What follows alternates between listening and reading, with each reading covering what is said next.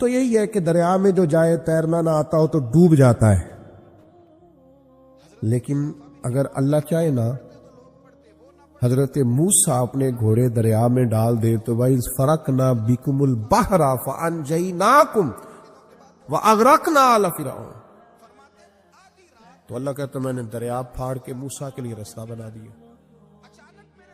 اچھا، جس دریا سے حضرت موسیٰ بچ کے نکل گئے اسی دریا میں فرعون اور فرعون والے غرق ہو گئے۔ یہ کیا ہے؟ یہ روحانی زندگی۔ ایک ہے اسباب کہ آپ پانی میں گھوڑا پھینکے کہ آپ ڈوب جائیں، ایک ہے روحانی زندگی۔ یہ میں قرآن مجید پڑھ رہا ہوں، میں نے کوئی حدیث بھی نہیں سنائی، بزرگ کا قول تو دور رہا۔ قرآن فرماتا ہے کہ ہم نے فرعون اور فرعون والوں کو اسی دریا میں غرق کیا جس دریا میں ہم نے حضرت موسیٰ کے لیے رستے بنا دیے اور دریا پھاڑ کے رستے بنا دیے۔ تو رب کریم نے ایک روحانی زندگی بھی مومن کی رکھی ہے۔ روحانی زندگی، جو اللہ سے ڈرے گا اللہ ہر مشکل سے نکلنے کے لیے اسے راستہ عطا کر دے گا۔ وَيَرْزُقْهُ مِنْ حَيْثُ لَا يَحْتَسِبُ، اور اسے وہاں سے رزق دے گا جہاں سے اس نے کبھی سوچا بھی نہیں ہوگا۔ ایک روحانی زندگی ہے انسان کی، وہ میرے ساتھ بھی ہے، آپ کے ساتھ بھی۔ کئی چیزیں ہمارے پاس ایسی ہیں کہ اگر ہماری قابلیت دیکھی جائے تو وہ ہمارے پاس ہو سکتی، یعنی سے ثبوت نہ پوچھو میں تو نظر کرم قد ہوئی، اے میں جانا یا دل بھر جانے، اے پھر غیر نہ جانے۔ کچھ چیزیں ایسی ہیں جو خالص مختصر سی میری کہانی ہے، جو بھی ہے ان کی مہربانی، وہ ہماری محنت کا نتیجہ۔ یہ روحانی زندگی ہے، روحانی زندگی کو سمجھو۔ ایک روحانی نظام ہے اللہ کا، اس نے بنایا۔ صحابہ فرماتے جنگ بدر کا موقع تھا، اللہ کے فرشتے آئے ہوئے تھے، قرآن کہتا ہے فرشتے آئے ہوئے تھے، تو حال یہ تھا کہ صحابہ فرماتے ہم کسی کی گردن کافر کی کاٹنے لگتے تھے، اس کی گردن ہم سے پہلے کاٹ کے گر جاتی تھی۔ یہ کیا ہے؟ یہ اللہ کا روحانی نظام ہے، اس نے بنایا ہے۔ آپ کی اور میرے ساتھ یہ نظام وابستہ ہے۔ تمہیں بتاؤں گھروں میں سب سے بہترین گھر کون سا ہوتا ہے؟ او میرے بھائیوں، وہ کتنا کو بہترین گھر ہے جسے مدینے والے رسول نے بہترین کہہ دیا۔ فرمایا تمہیں بتاؤں نا گھروں میں بہترین گھر کون سا ہے؟ ہم سمجھتے ہیں ٹائلیں اچھی ہوں، کمرے ہوادار ہوں، اور کچن جو ہے وہ انواع و اقسام کے کھانوں سے بھرا ہوا ہو، سین اچھا ہو، اور جناب ہر چیز کی سہولیات گھر میں ہو، امن ہو، سکون ہو۔ نہیں، حضور فرماتے ہیں مجھ سے پوچھو نا بہترین گھر کون سا ہے؟ تو یا رسول اللہ بتائیے، سیاستہ میں حدیث ہے، کریم رسول فرمانے لگے گھروں میں بہترین گھر وہ ہے جس میں کوئی یتیم رہتا ہو اور اس کے ساتھ سلوک اچھا کیا جاتا ہو، اچھا سلوک کیا جاتا ہو، یتیم کو رکھا جائے، پھر اس کی پوری نگرانی کی جائے، اسے پورا پیار دیا جائے، اسے پوری محبت دی جائے، یتیم رہتا ہو اور اس کا خیال بھی رکھا جاتا ہو۔ اور میرے نبی کریم صلی اللہ تعالی علیہ وسلم فرمانے لگے تمہیں بتاؤں نا کہ گھروں میں بدترین گھر کون سا ہوتا ہے؟ بدترین گھر کون سا ہے؟ حضور بتائیے، فرمایا جس میں کوئی یتیم رہتا اور اس کے ساتھ سلوک نہ صحیح کیا جاتا ہو، اس کو تکلیف دی جاتی ہو، وہ کرب میں ہو، وہ تکلیف میں ہو، وہ اذیت میں ہو۔ رکھنے والوں نے رکھ تو لیا ہے لیکن ان کو پتہ ہی کوئی نہیں ہے کہ ان کے ساتھ ہم نے رویہ کس طرح کا رکھنا تھا۔ یہ ایک اللہ کی قدرت ہے، اس کی حکمت ہے۔ چلے جاتے ہیں بعض اوقات بڑے۔ میں نے جو شروع میں آیت پڑھی، اللہ فرماتے ہیں علم یجدک یتیما فآویٰ، محبوب ہم نے آپ کو یتیم پایا، پھر اپنے جوار رحمت میں وسیع جگہ دی، پھر ہم نے آپ کو غنی کر دیا، پھر ہم نے آپ کو اپنے قرب کا رستہ عطا کیا۔ اللہ نے نبی کریم علیہ السلام کو در یتیم پیدا فرمایا۔ یہ یتیموں کے تعلق سے ایک عظیم شان ان لوگوں کو دینی تھی، تو اللہ نے اپنے حبیب کو بھی در یتیم پیدا کر دیا۔ یہ ایک خاص قسم کا کرب ہوتا ہے۔ ظاہر ہے جس آدمی نے جو چیز چکھی ہوئی ہوتی ہے وہی اس کے ذائقے سے آگاہ ہوتا ہے، دوسرا دور کھڑا اسے آگاہ نہیں ہوتا۔ جو چکھ لیتا ہے، جو پانی میں اتر جاتا ہے، وہ اس کی گہرائی بھی جانتا ہے اور ٹھنڈا کتنا یہ بھی سمجھتا ہے۔ جن لوگوں نے یہ دور گزارا ہوتا ہے ان کو اس کا پتہ ہوتا ہے. نبی کریم صلی اللہ علیہ وسلم نے یہ وقت بتایا تھا، حضور نے یہ دیکھا تھا. حضور صلی اللہ علیہ وسلم اس کی تکلیف سے، اس کی آزمائش سے، اس کے مد و جزر سے پوری طرح آگاہ تھے. اس لیے حضور نے گن گن کے یتیموں کے حقوق بیان کیے. میں نے اپنی زندگی میں یہ نظام دیکھا ہے. پہلے 2 ہفتے لوگوں کی نظروں میں بڑا پیار، اگلے 2 ہفتے اس میں تھوڑی سی کمی، پھر اس کے بعد آہستہ آہستہ کہنا کہ چلو کوئی تعلیم حاصل کرنا ضروری تو نہیں نا، چلو یہاں پڑھنا ضروری تو نہیں نا، چلے بندے کو خرچے بھی تو کم. پھر آہستہ آہستہ، کیونکہ کوئی بھی چیز ہے نا وہ پرانی ہوتی ہے، اس میں کمزوری آنا، پھر لوگوں کے لب و لہجے کا تبدیل ہونا، پھر بعض اوقات کسی شخص کا آ کے کوئی بات پوچھنا تو اس کے سوالوں میں چبھن، اس کے لب و لہجے کے اندر گھٹن کہ کتنے بجے باہر جاتے ہو، کب واپس آتے ہو، اب شام کو کتنے بجے جاتے ہو. ابا بھی یہ باتیں پوچھتے ہیں، وہ بھی یہ کام کرتے ہیں، لیکن اس رویے کے اندر جو چاشنی ہوتی ہے وہ اور ہوتی ہے، اس میں جو درد ہوتا ہے وہ. اور کسی کا یہ پوچھنا اور پھر اس انداز سے پوچھنا کہ محسوس ہو کہ لب و لہجے سے طنز چھلک رہا ہے اور باتوں سے جو ہے شیرینی کی بجائے لہو ٹپک رہا ہے، اور آپ تیزاب کا کام کر رہے ہیں یہ سوال جواب کر کے. یہ کمزوریاں، یہ انداز، اور یہاں تک کہ بیٹیوں کے رشتے دیکھنے والوں کا آنا تو ان کا یہ پوچھنا کہ بھائیوں کا رویہ کیسا ہے. ابا کے ہوتے لوگ یہ سوال نہیں پوچھتے، والد کے جانے کے بعد پوچھتے ہیں آپ کے بھائیوں کا رویہ آپ کے ساتھ ٹھیک ہے. یعنی مانا یہ ہے کہ وہ کچھ دیں گے کہ نہیں دیں گے، وہ کچھ جہیز بنائیں گے کہ نہیں بنائیں گے. یہ ساری چیزیں اس کرب سے وہ بچے گزرتے، اور پھر وہ بڑے قریبی لوگوں کو بھی اپنا قریبی سمجھنا چھوڑ جاتے ہیں. پھر ایک وقت ایسا آتا ہے کہ وہ سمجھتے ہیں ہمیں اپنے دامن میں ہی اپنے آنسو چھپا لینے چاہیے، کسی کو نظر نہ آئے. وہ محسوس کرتے ہیں کہ ہمیں خود سے ہی بس سمٹ جانا چاہیے، کسی تک ہماری کوئی چیز پہنچے نہ. آہستہ آہستہ لوگ چیزوں کو چھپانے لگتے ہیں، اور یہ پوچھنا کہ روٹی کھائی ہے کہ نہیں کھائی، تو اس طرح پوچھنا جیسے کوئی خیرات لے کے کھڑا ہے دروازے پہ. آپ نے کھلانی ہوتی تو کھلا دی ہوتی. آپ نے گرمیوں کے کپڑے لے لیے ہیں کہ نہیں لے لیے، تو اس کا رنگ اس طرح کا ہے کہ جس طرح کسی کو اس طرح پوچھا جا رہا ہے کہ جیسے بڑا بھکاری ہے. یہ ساری چیزیں ہم اس انداز میں کرتے ہیں کہ وہ جو خوبصورت، میں کہہ چکا ہوں کہ پھر اگر کسی ادارے میں وہ بچے ہیں تو وہاں ان کو دکھایا جاتا ہے کہ اتنے بچے ہیں تو ہمیں فنڈ چاہیے. آپ اچھی نیت سے کر رہے ہوں گے صاحب، لیکن آپ اس کومپل کو بھی تو دیکھیں نا کہ اس نے کھلنا ہے، اس نے پھول بننا ہے، اس نے کس طرح چھاؤں لوگوں کو دینی ہے جب وہ خود مرجھا جائے گا. پھر یہ لوگوں کو، ایسے بچوں کو میں نے عام لوگوں سے نفرت کرتے دیکھا، پیچھے ہٹتے دیکھا. لوگوں کے لیے ان کے دلوں کے اندر اچھے جذبات نہ رہے. انہوں نے محسوس کیا کہ یہ ہمارے ساتھ تعاون کرنے نہیں آئے، یہ ہماری عزت کو مجروح کرنے آئے، یہ شفقت کرنے نہیں آئے، یہ تو خیرات دینے آئے. سنو، میرے رسول کریم صلی اللہ علیہ وسلم کا انداز کیا ہے یتیم کے تعلق سے. حضرت بشیر بن اقربہ رضی اللہ تعالی، مجموع زوائد میرے سامنے پڑی ہے، فرماتے احد میں میرے والد شہید ہو گئے. نبی پاک صلی اللہ تعالی علیہ وسلم نے مجھے اپنے گھوڑے کے پیچھے اپنے ساتھ بٹھا لیا گھوڑے پہ، اور میں سرور کائنات علیہ الصلوۃ والسلام کے ساتھ گھوڑے پہ بیٹھا ہوں تو حضور مجھ سے پوچھتے ہیں تمہارے والد چلے گئے. میں رو پڑا. میں نے عرض کی حضور اب نظام کیسے چلے گا؟ آپ یقین کریں چھاؤں کا پتہ تب بھی چلتا ہے کہ جب دھوپ آتی ہے اور اس کی قدر کا احساس ہوتا ہے. محسوس ہوتا ہے جب کوئی گھر کا بڑا رخصت ہو جاتا ہے تو یوں لگتا ہے کہ ساری چھتیں کمروں کی بھی گر گئی ہیں، صحن کی بھی گر گئی ہیں. اب یکدم دھوپ آئی ہے، پھر اس کا احساس محسوس ہوتا ہے.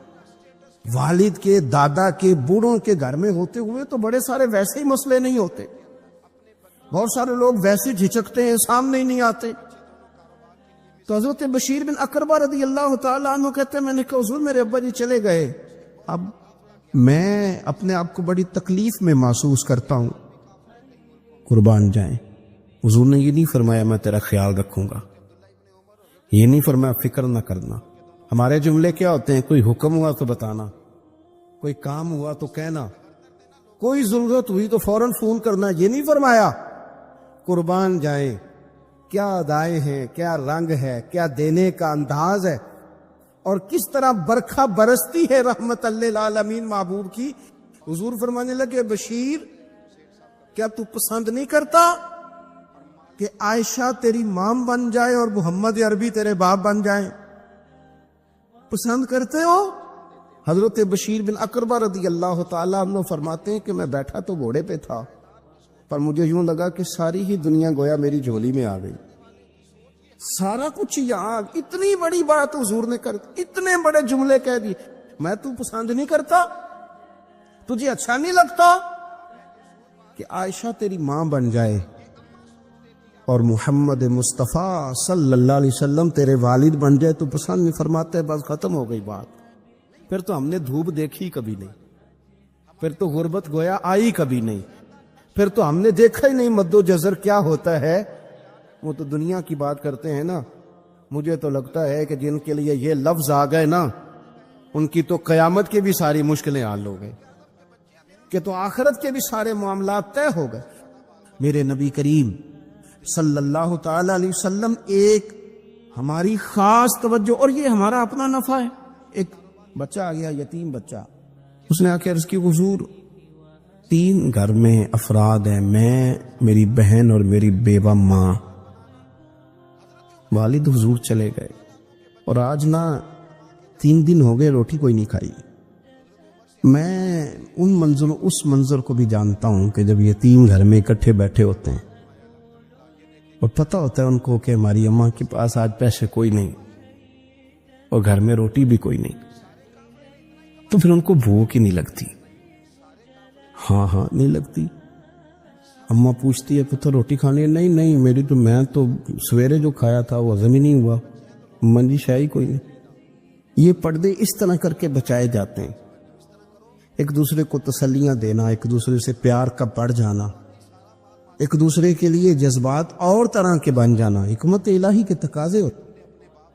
یا رسول اللہ صلی اللہ تعالی علیہ وسلم بیوہ ماں ہے، یتیم بہن ہے، 3 دن سے کھایا کچھ نہیں، قربان جائیں وہ گھر جہاں سے کائنات کھاتی ہے ساری۔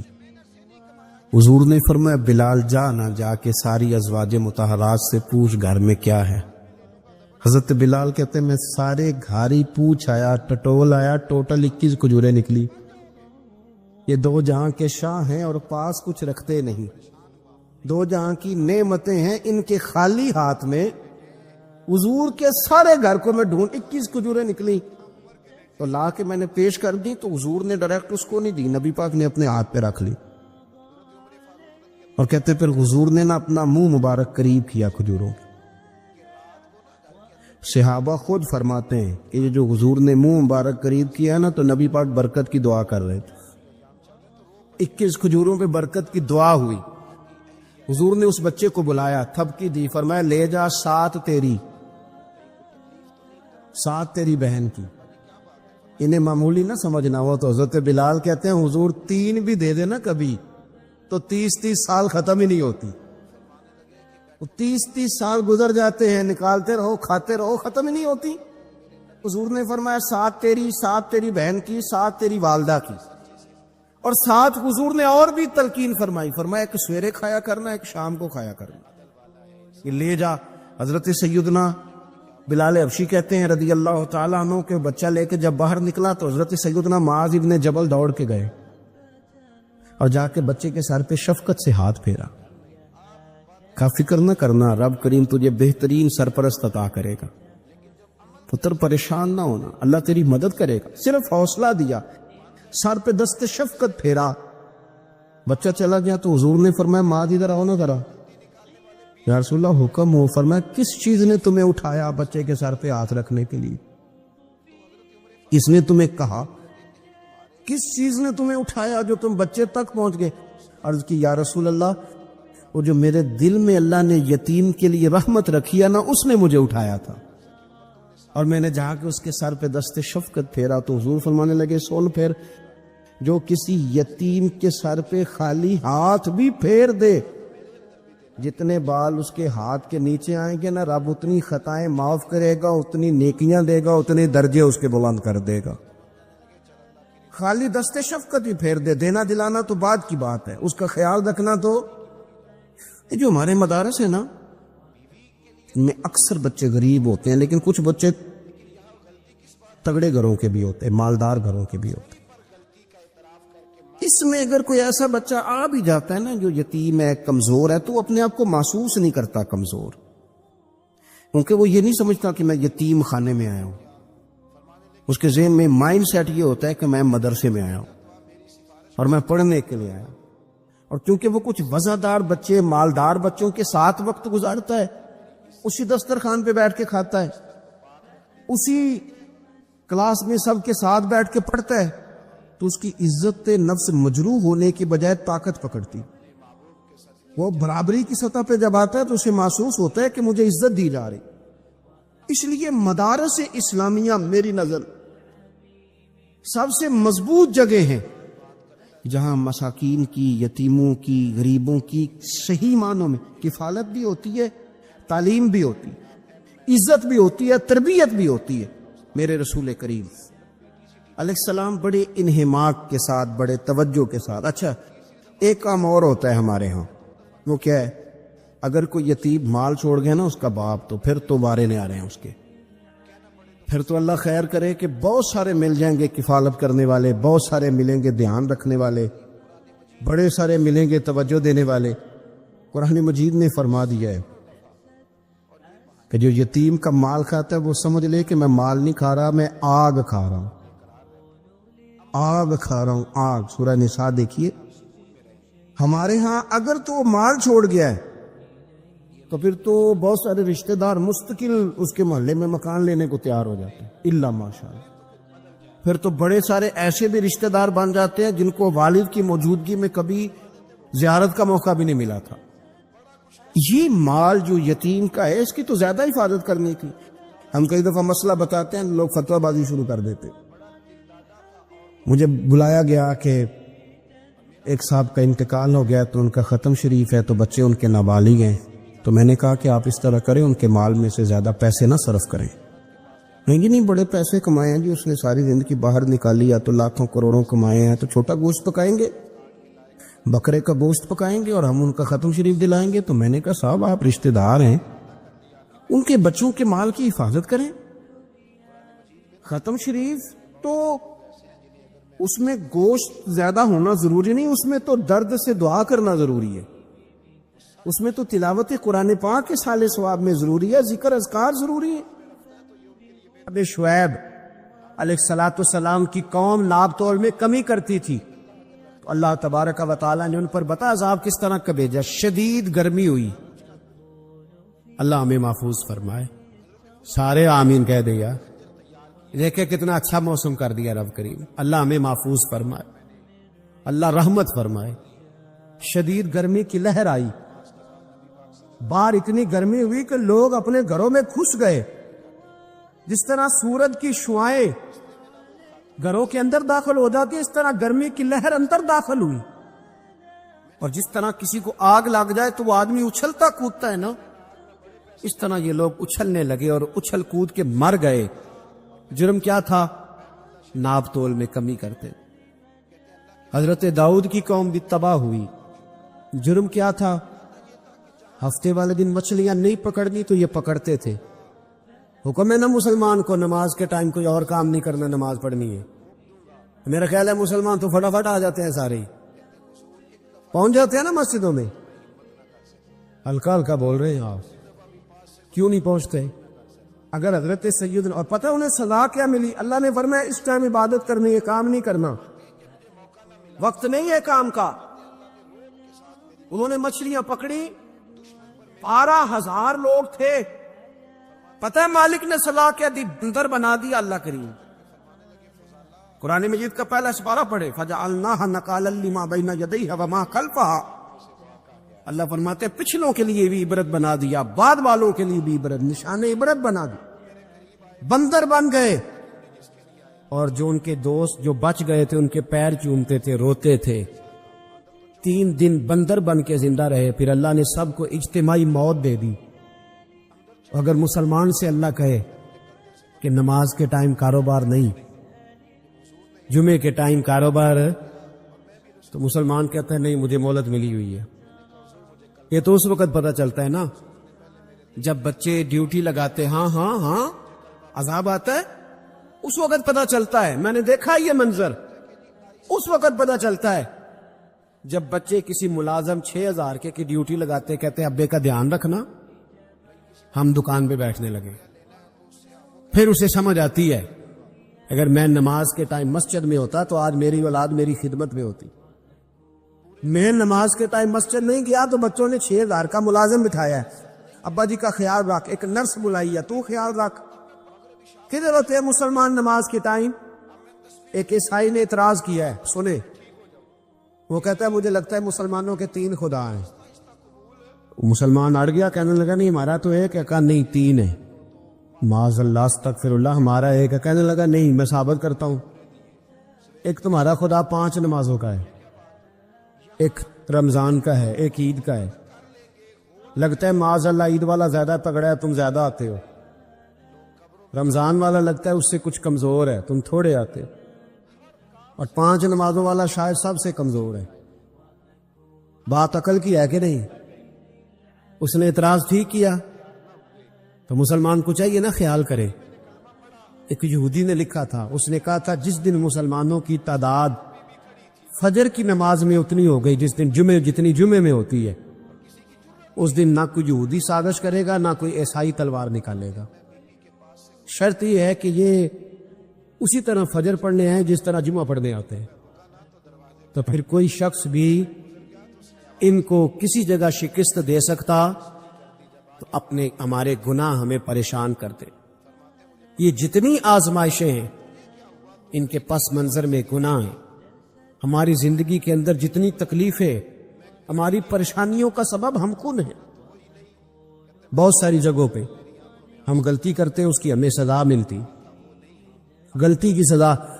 ایک نوجوان نے مجھے بڑی گہری بات سنائی, میرا قریبی تعلق تھا. کہنے لگا گھر میں بڑا مسئلہ ہے, بڑی پریشانی ہے, ماں اور بیوی کا ماحول اتنا سخت ہو گیا کہ نمٹ نہیں سکتا. آپ یقین کریں میں نے ڈیٹیل سے ساری چیز کو سٹڈی کیا, میرے پاس اتنا وقت نہیں ہوتا, پھر بھی میں نے اس فیملی کو پورا پڑھا. تو غلطی نوجوان کی نکلی, نہ اس پہ اماں اعتبار کرتی ہے نہ بیوی اعتبار کرتی. اس نے جھوٹ بول بول کے اس طرح کی ماحول پیدا کر دیا ہے کہ کوئی اس پر اعتماد کرنے کو تیار ہے.